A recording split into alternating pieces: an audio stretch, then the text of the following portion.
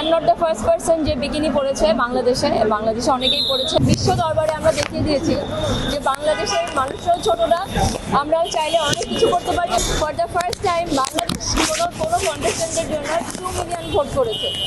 তো এটা আমার মনে হয় বাংলাদেশের জন্য হিউজ একটা ব্যাপার। এবং বিশ্ব দরবারে আমরা দেখিয়ে দিয়েছি যে বাংলাদেশের মানুষরাও ছোট না, আমরাও চাইলে অনেক কিছু করতে পারি এবং আমরাও দেখিয়ে দিতে পারি এবং আমরা দেখিয়ে দিয়েছি। Like I am feeling emotional, কারণ I am feeling overwhelmed too, কারণ এত কিছু, এত ভালোবাসা আমি একসাথে পাবো এবং দেশের জন্য কিছু করলে যে আসলেই দেশের মানুষ এগিয়ে আসে এটাই তার প্রুফ।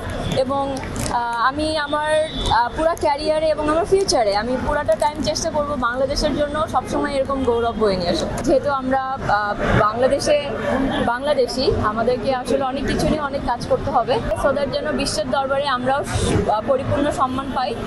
এবং মার্কিংয়ের দিক থেকেও যেন একটা একটা কন্টেস্টেন্ট যদি তার প্রপারটা দেখায় এবং তার পুরোপুরি এনার্জিটা দেখায় এবং পুরোপুরিভাবে চেষ্টা করে তার দেশকে বিজয়ী করার জন্য, যেন তাকে ওই প্রপার রেজাল্টটা যেন দেওয়া হয়। আমি আগেও বলেছি, আবারও বলছি, এটা একটা কম্পিটিশন এবং এই কম্পিটিশনে যেতে হলে 4টা জিনিসের উপর মার্কিং হয়।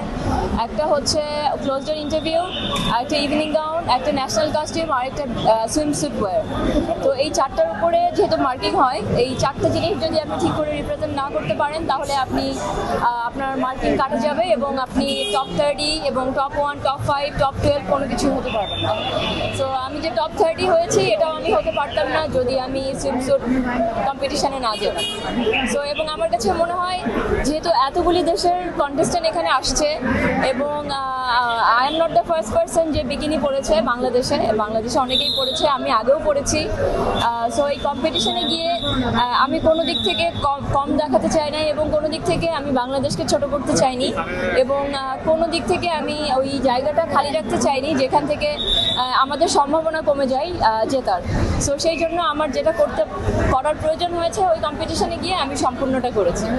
আর আমার কাছে মনে হয় একজন কন্টেস্টেন্ট ওখানে যাওয়ার পরে যদি সে বলে আমি এটা করবো না তাহলে সে বাকি কন্টেস্টেন্টদের উপর ডিসক্রিমিনেশন করছে।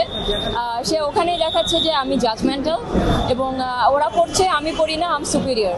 সো এটা আমি করতে পারি না। এটা ওরা মুখে বলবে না যে তুমি পড়তেছো না, তুমি সেটার জন্য সুপিরিয়র বা তুমি সেটার জন্য ভালো না, বাট ওরা আপনাকে জাজমেন্ট করে ফেলবে যে তুমি ব্যক্তিগত মানুষ হিসাবে কেমন।